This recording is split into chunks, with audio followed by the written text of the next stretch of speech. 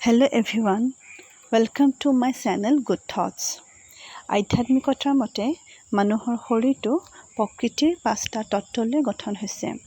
এই 5টা তত্ত্ব হৈছে ক্ৰমে আকাশ, বতাহ, অগ্নি, পৃথিৱী আৰু পানী। এই 5টা তত্ত্বক পঞ্চ মহাভূত বুলি কোৱা হয় আৰু এই 5টা তত্ত্বৰ লগত আমাৰ বডিৰ বিভিন্ন অৰ্গেনছবোৰ কানেক্টেড হৈ আছে।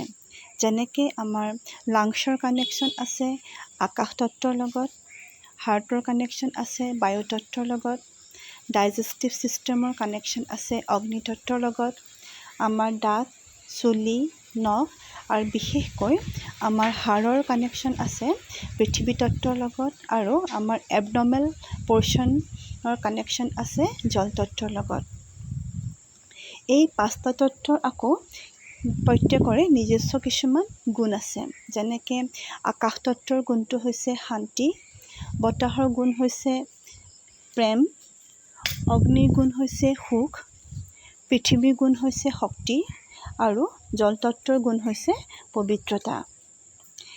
এই 5টা তত্ত্ব যদি ইম্পিয়ৰ হয় বা ইমবেলেঞ্চ হয় তেনেহ'লে আমাৰ ফিজিকেল, মেণ্টেল বা ইম'শ্যনেল ডিষ্টাৰ্বেঞ্চ হ'ব পাৰে।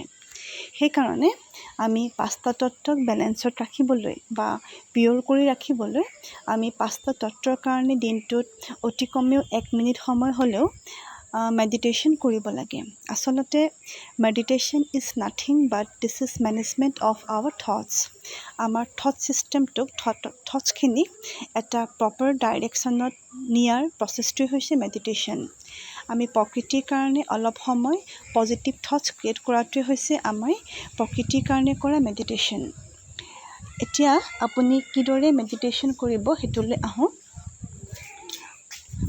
আপুনি এটা কমফৰ্টেবল পজিশ্যনত বহি লওক, পাৰিলে এটা ৰিলেক্সেশ্যন মিউজিক লগাই লওক। তাৰপিছতে আপুনি ভাবিব I M a child of god, মই ভগৱানৰ সন্তান। প্ৰকৃতিক মনৰ পৰা ধন্যবাদ দিব। তাৰপিছতে ভাবিব যে মোৰ পৰা এটা পবিত্ৰতাৰ বা পজিটিভ এনাৰ্জি ওলাই প্ৰকৃতিৰ 5 তত্ত্বত পৰি আছে আৰু এই 5 তত্ত্বই মোৰ পৰা পজিটিভ এনাৰ্জি লৈ পবিত্ৰ হৈ গৈ আছে। আপুনি এনেদৰে ভবাৰ লগে লগে প্ৰকৃতিৰ 5 তত্ত্বই আপোনাৰ পৰা পজিটিভ এনাৰ্জি ৰিচিভ কৰিব আৰু প্ৰকৃতিৰ মতে আমি যেতিয়া প্ৰকৃতিক পজিটিভ এনাৰ্জি দিওঁ, প্ৰকৃতিয়ে সেই এনাৰ্জি ৰিচিভ কৰে আৰু ৰিচিভ কৰি পেলাই আমাক তাৰ ডাবল ৰিটাৰ্ণ দিয়ে আৰু প্ৰকৃতিয়ে পজিটিভ এনাৰ্জিৰ বাবে আমাক ৰিটাৰ্ণত ব্লেছিংছ দিয়ে।